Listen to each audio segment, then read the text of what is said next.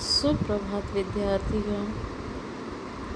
आज आप पढ़ेंगे नमक नामक कहानी के प्रश्नों के उत्तर। तो देखिए, प्रश्न है, मानचित्र पर एक लकीर खींच देने भर से जमीन और जनता बट नहीं जाते। उचित तर्क द्वारा इसकी पुष्टि कीजिए। मानचित्र पर एक लकीर खींच देने भर से जमीन और जनता बट नहीं जाते। उचित तर्क द्वारा इसकी पुष्टि कीजिए। यह एक कटु सत्य है कि मानचित्र पर एक लकीर खींच देने से जमीन और जनता नहीं बढ़ती। जमीन तो बढ़ जाती है, किंतु जनता का लगाव अपने मूल स्थान से बना रहता है। इस कहानी का यही संदेश है। पाकिस्तानी कस्टम अधिकारी तथा भारतीय कस्टम अधिकारी क्रमशः दिल्ली व ढाका को आज भी अपना वतन मानते हैं। भारतीय सिखी भी लाहौर को अपना वतन मानती है। तीनों को अपने अपने वतन से लगाव है। सिखी भी लाहौर का नमक चाहती है। भारतीय कस्टम अधिकारी ढाका के नारियल पानी को लाजवाब मानता है। पाकिस्तानी कस्टम अधिकारी दिल्ली की जामा मस्जिद की सीढ़ियों को सलाम करता है। उसे विश्वास है कि एक दिन हम फिर पहले जैसे ही हो जाएंगे। अगला प्रश्न है, नमक कहानी में भारत व पाकिस्तान की जनता के आरोपित भेदभावों के बीच मोहब्बत का नमकीन स्वाद घुला हुआ है। नमक कहानी में भारत व पाकिस्तान की जनता के आरोपित भेदभावों के बीच मोहब्बत का नमकीन स्वाद घुला हुआ है। कैसे?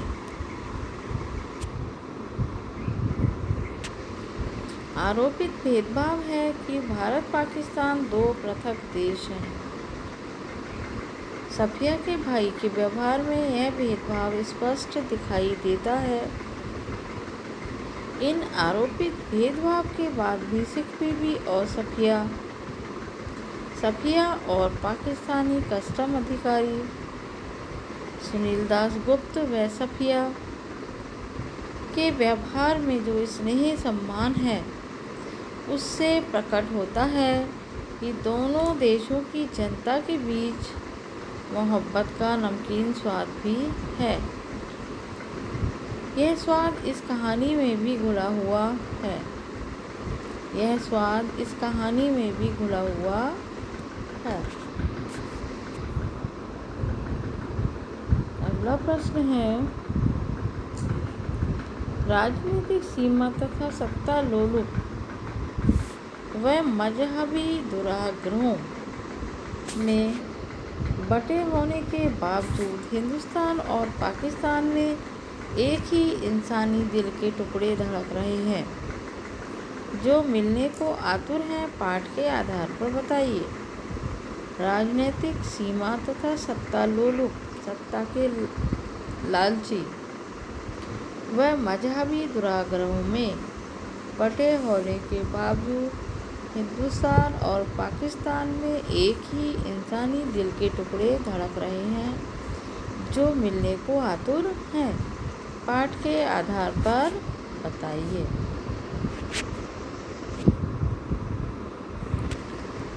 इसका उत्तर है, भारत और पाकिस्तान लगभग 60 से भी अधिक वर्षों से सत्ता लोलुप राजनेताओं और मजहबी कट्टरपंथी धार्मिक के दुराग्रह के कारण संघर्ष करते रहे हैं।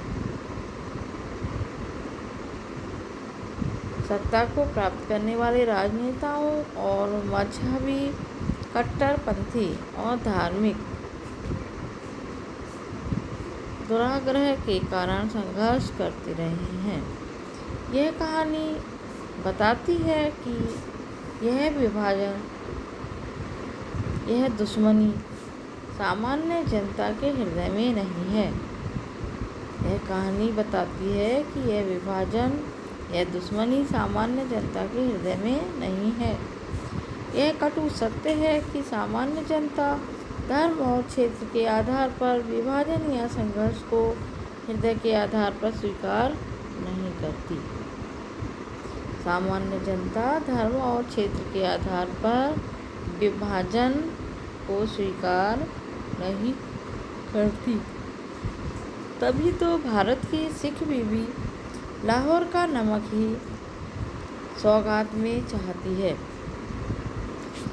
पाकिस्तानी कस्टम अधिकारी दिल्ली को अपना वतन बताता है और जामा मस्जिद की सीढ़ियों को सलाम करता है। दिल्ली को अपना वतन बताता है और जामा मस्जिद की सीढ़ियों को सलाम करता है तथा भारतीय खातून को संदेश भेजता है।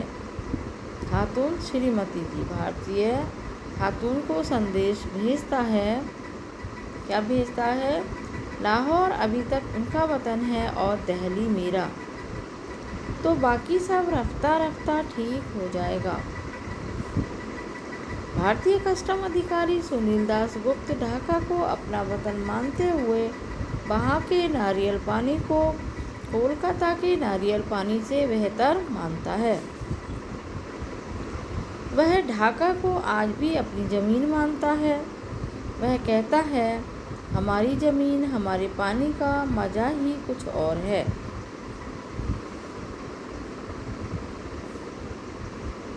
वह कहता है, हमारी ज़मीन हमारे पानी का मज़ा ही कुछ और है। इन बातों से स्पष्ट है कि दोनों देशों की जनता में कोई भेद नहीं है। इन बातों से स्पष्ट है कि दोनों देशों की जनता में कोई भेद नहीं है। प्रश्न अगला है, सफिया के दोस्त ने ऐसा क्यों कहा कि कीनू हिंदुस्तान पाकिस्तान की एकता की मेवा है? स्पष्ट कीजिए। सफिया के दोस्त ने ऐसा क्यों कहा कि कीनू हिंदुस्तान पाकिस्तान की एकता की मेवा है? स्पष्ट करिए। उत्तर है, संतरा भारतीय फल है और माल्टा पाकिस्तानी। संतरा भारतीय फल है और माल्टा पाकिस्तानी। कीनू संतरा और माल्टा को मिलाकर पैदा किया हुआ फल है। कीनू संतरा और माल्टा को मिलाकर पैदा किया हुआ फल है। कीनू माल्टे की तरह रंगीन और मीठा है और संतरे की तरह नाजुक है। कीनू माल्टे की तरह रंगीन और मीठा है और संतरे की तरह नाजुक है, अतः इसे हिंदुस्तान पाकिस्तान की एकता की मेवा कहा गया है। अतः इसे हिंदुस्तान पाकिस्तान की एकता की मेवा कहा गया है। धन्यवाद।